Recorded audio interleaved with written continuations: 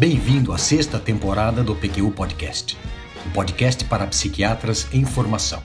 Aqui é evidência com opinião.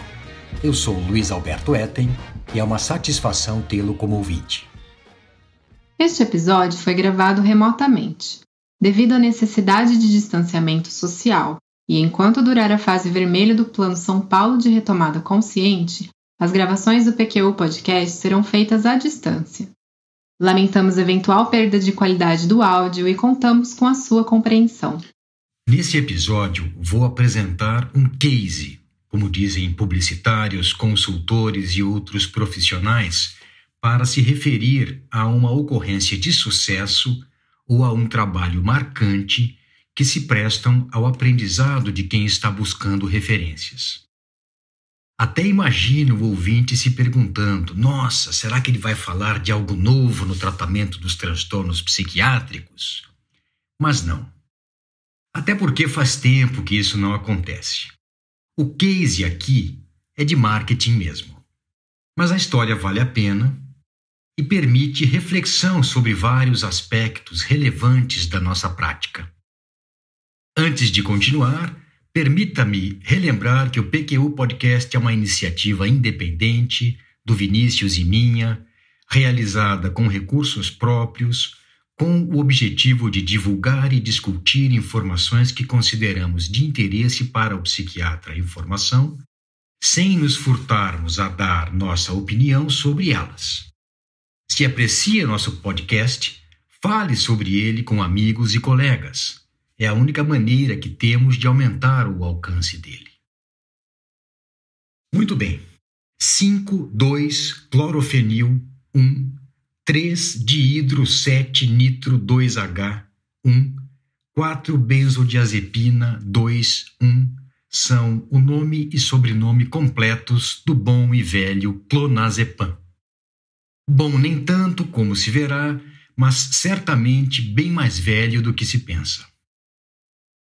O clonazepam é um benzodiazepínico parente próximo em termos de estrutura química e propriedades farmacológicas do nitrazepam, que nos anos 1970 foi muito usado como anticonvulsivante na América do Sul e na Europa com o nome de Mogadon.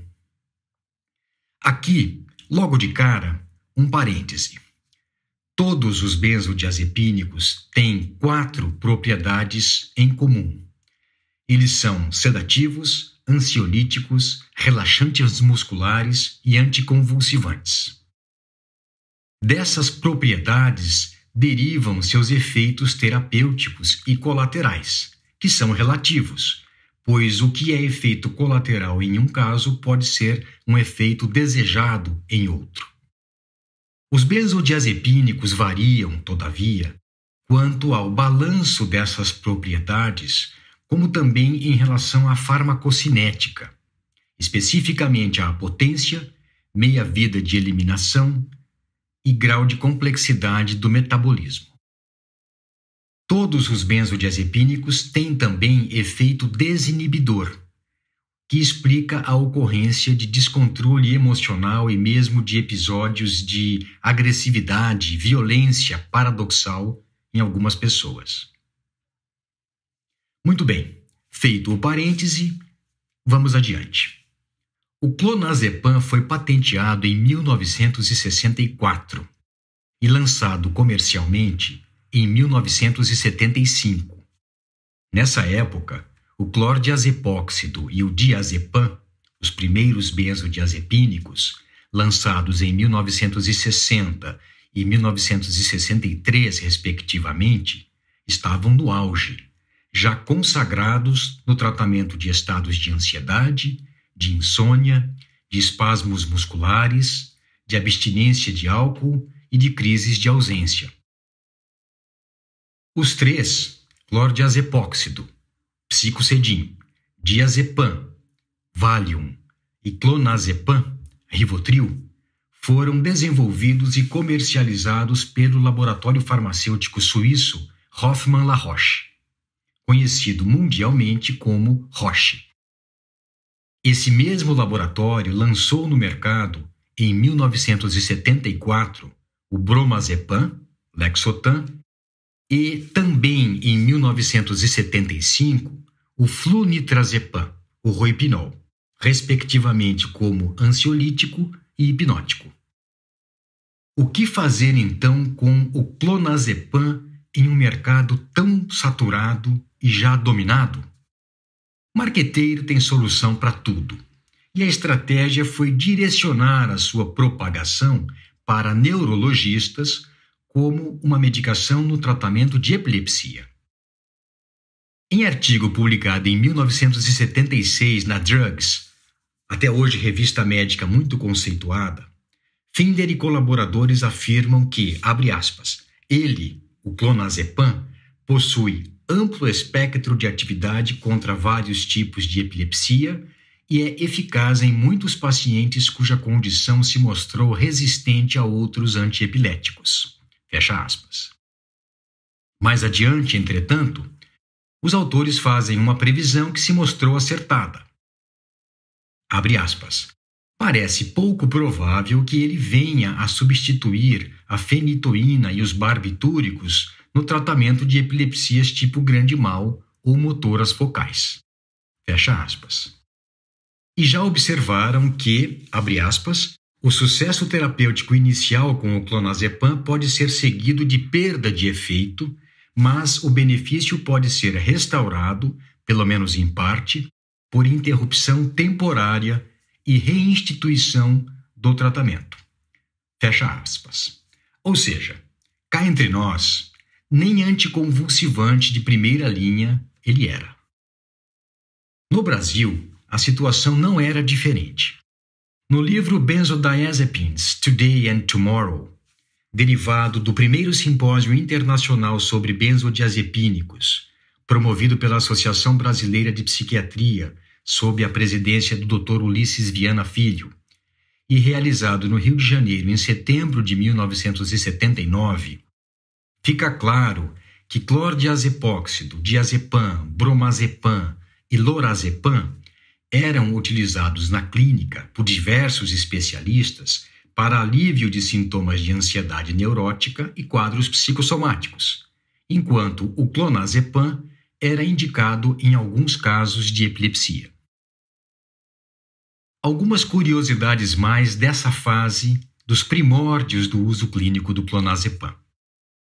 A posologia e administração recomendadas para o tratamento de algumas formas mais brandas de epilepsia, crises de ausência e crises acinéticas, era de não mais do que 1,5 mg por dia, como dose de início, dividida em 3 tomadas, com aumentos de 0,5 mg a cada 3 dias até que as crises fossem controladas. A dose máxima recomendada em adultos era 20 mg por dia.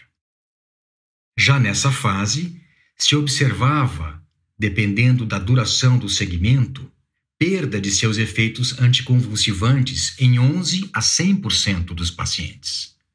Em média, isso ocorria em 1/3 dos pacientes. Em artigos de revisão publicados em 1976 e 1978, o neurologista Thomas Brown, da Faculdade de Medicina de Harvard, aventa 6 explicações possíveis para o desenvolvimento dessa tolerância, entre aspas, no original. Primeira, a variabilidade natural da frequência de convulsões. Segundo, a falha em se tomar a medicação regularmente. Terceiro, o crescimento do paciente, no caso de crianças e adolescentes, ocasionando diminuição relativa da dose. Quarto, a diminuição da resposta do sistema nervoso central a uma dose constante do medicamento. Quinta, a indução de enzimas hepáticas. E sexta, a produção de um metabólito que interferisse no efeito anticonvulsivante do clonazepam. Hoje se sabe que quando a medicação é ingerida regularmente, pode haver habituação e por isso o efeito clínico diminui. Também já nessa época, segunda metade dos anos 1970, a farmacocinética clínica do clonazepam era bem conhecida. Seu pico plasmático depois da ingestão oral varia entre 1 e 3 horas, mas chegando a 8 horas em alguns casos. O clonazepam rapidamente atravessa a barreira hematoencefálica e tem forte afinidade pelas subunidades alfa-1 e alfa-2 do receptor GABA-A, o que explicaria suas propriedades ansiolíticas e anticonvulsivantes. Ele tem também alguma ação serotonérgica que, alguns acreditam, possa ter papel no efeito ansiolítico. O clonazepam é metabolizado pela enzima 3A4 do citocromo P450, de modo que o seu uso concomitante com substâncias que inibem a ação dessa enzima aumentam ainda mais a meia-vida já longa do clonazepam. Os metabólitos dele são inativos e a meia-vida de eliminação é de 20 a 60 horas, podendo chegar a 80 horas em alguns indivíduos. Os efeitos colaterais mais comuns também já estavam bem descritos: sedação, descoordenação motora, sensação de fadiga, disartria, diminuição da concentração e ataxia, dose dependentes. Também podem ocorrer com menor frequência agravamento de depressão, perturbações da memória e desinibição comportamental. Por fim, já se sabia também, e isso foi confirmado posteriormente, que os níveis plasmáticos obtidos com uma mesma dose variam enormemente entre os indivíduos. E, além disso, não há correlação definida entre nível plasmático e efeito terapêutico anticonvulsivante, mas, para alguns autores, em pacientes com transtorno de pânico, os níveis plasmáticos têm relação direta com a melhora clínica de acordo com escalas de avaliação global. O que não estava bem claro era se o clonazepam, como os demais benzodiazepínicos, podia ocasionar dependência, fato que hoje está bem documentado. Inicialmente, pensava-se que com o clonazepam haveria menos desenvolvimento de dependência, o que se mostrou equivocado. Na verdade, o que ocorre é que os sintomas de abstinência após interrupção abrupta, eles são mais tardios em virtude de sua meia-vida longa. Mas eles são rigorosamente os mesmos: perturbações do sono, irritabilidade, aumento do nível de ansiedade e tensão muscular, tremores, sudorese, dificuldade para manter o foco, náuseas, palpitações, dor de cabeça, dor e rigidez muscular. Em casos mais graves, pode acontecer convulsões, alucinações e ideação paranoide. Os relatos de caso de que o clonazepam seria eficaz no tratamento de transtorno do pânico começaram a surgir no final dos anos 1980, mas a sua eficácia nesse transtorno de ansiedade foi tida como plenamente estabelecida depois dos ensaios clínicos controlados contra placebo, conduzidos a partir de 1997. Os resultados foram claros. O clonazepam, em dose média de 2,3 mg por dia, foi clínica e estatisticamente superior ao placebo na redução de ataques de pânico, de ansiedade antecipatória e do comportamento de evitação em 6 semanas de tratamento. A partir desses primeiros estudos e de outros ensaios clínicos controlados menores, surgem as evidências da eficácia do clonazepam no controle sintomático agudo e subagudo em pacientes com transtorno de pânico. Alguns poucos estudos, dos quais destaco o de Worthington e colaboradores de 1998, avaliaram naturalisticamente o tratamento de longo termo de pacientes com transtorno de pânico. Nesse que eu escolhi apresentar, pacientes com transtorno de pânico puro ou comórbido, com fobia social, fobia simples, TAG e TOC, foram seguidos por 2 anos após início do tratamento. 57 pacientes só receberam clonazepam, 36 clonazepam mais outros medicamentos, tricíclicos, inibidores de recaptura de serotonina, outro benzodiazepínico, e mal, e ainda uma associação de tricíclicos inibidores de recaptura de serotonina. E 111 pacientes receberam outros tratamentos não especificados, mas sem clonazepam. Os índices de remissão nesse estudo foram 51,5% para os pacientes que só tomavam clonazepam, 63,6% para os que tomavam clonazepam e outros medicamentos e 67,5% entre os que não recebiam clonazepam. Nesse segmento, não houve diferença estatisticamente significativa entre as doses de clonazepam no começo e no fim do período, de 2 anos. Passou de 1,39 mg por dia para 1,59 mg por dia para o grupo que só tomava clonazepam e de 2 para 1,99 mg por dia para o grupo clonazepam e outros medicamentos. A manutenção da melhora sem necessidade de aumento da dose sugere que, nesses casos, não houve desenvolvimento de tolerância ao efeito terapêutico do clonazepam. O nosso colega Antônio Egídio Nardi e colaboradores do Instituto de Psiquiatria da UFRJ reproduziram esse achado, o não desenvolvimento de tolerância aos efeitos antipânico do clonazepam, em artigo publicado em 2005, no qual descrevem segmento de 3 anos de pacientes com transtorno de pânico. O uso de clonazepam como coadjuvante de medicamentos antipânico, mais específicos no tratamento de transtorno de pânico, foi avaliado por ensaios clínicos controlados. Sabe-se que inibidores de recaptura de serotonina e inibidores de recaptura de serotonina e noradrenalina têm uma latência para início de resposta e podem mesmo ocasionar exacerbação inicial de sintomas nos primeiros dias de uso. Daí ter se tornado prática comum a associação de benzodiazepínico a eles nas primeiras semanas de tratamento.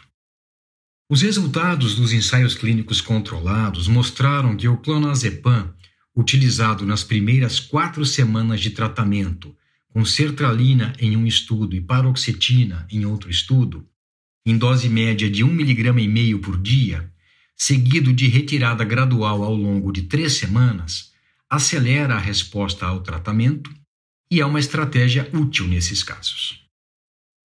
O clonazepam também foi avaliado em condições controladas contra placebo em monoterapia de pacientes com transtorno de ansiedade social.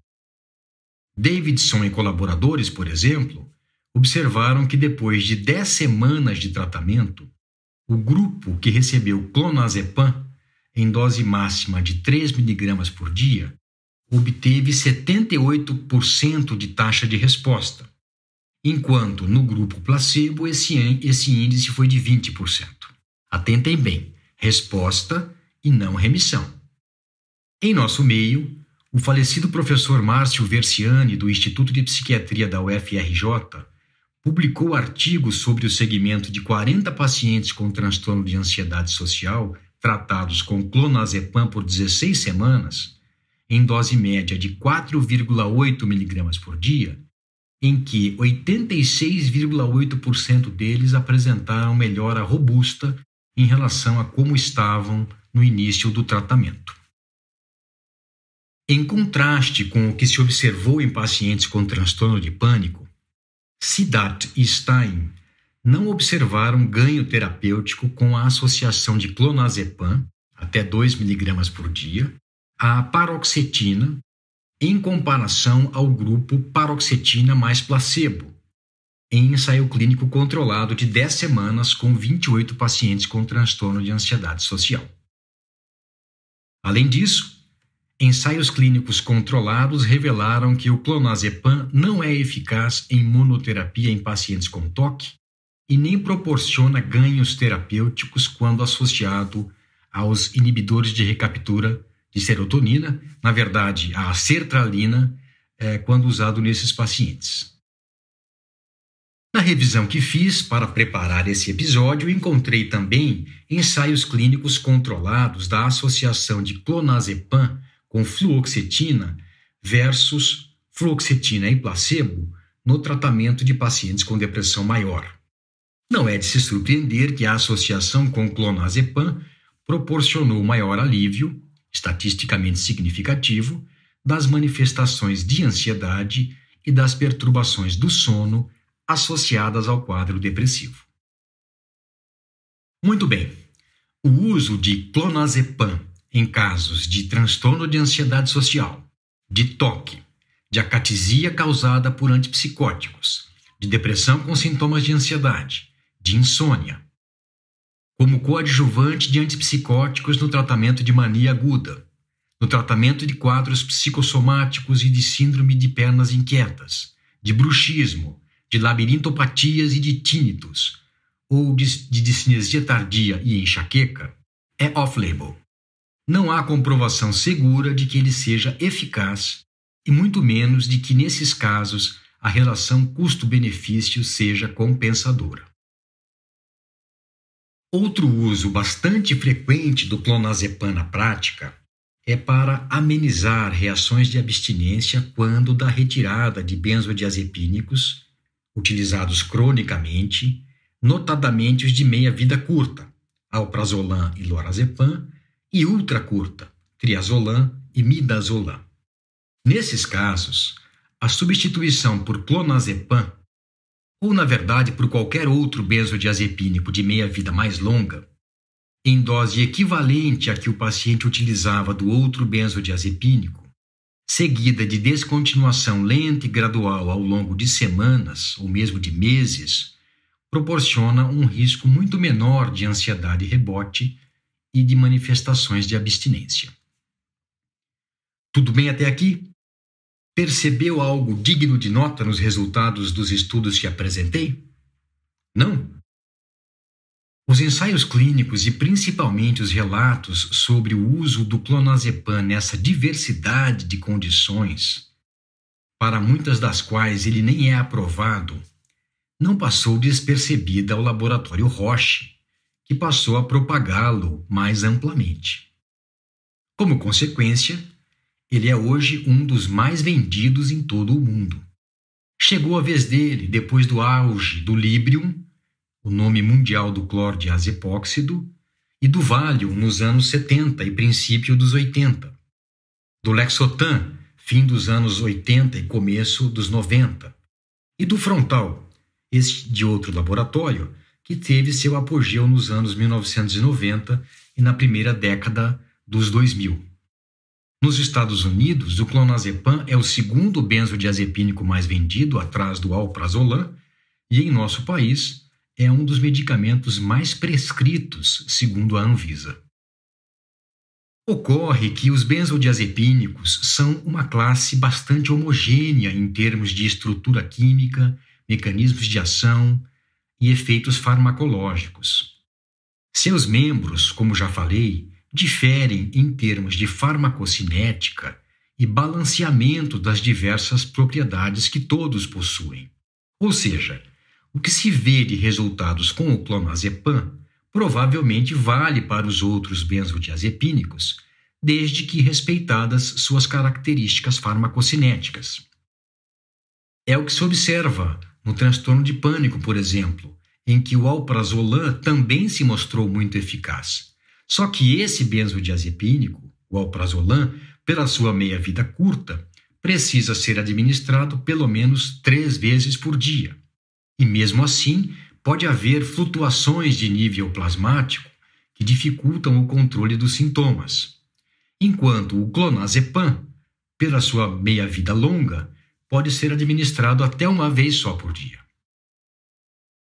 Como o clonazepam foi o mais estudado nos transtornos psiquiátricos nas últimas décadas, depois da adoção do DSM-3, tornou-se protagonista na clínica e líder de vendas no segmento. Tudo isso a despeito de suas características desvantajosas em muitos sentidos. Por exemplo, é mais sedativo do que os seus irmãos e tem meia-vida tão longa que pode se acumular com o uso continuado no organismo de pessoas acima do peso e com metabolismo mais lento, notadamente em idosos, neles ocasionando por isso mais déficits cognitivos, aumento do tempo de reação e prejuízo na coordenação motora.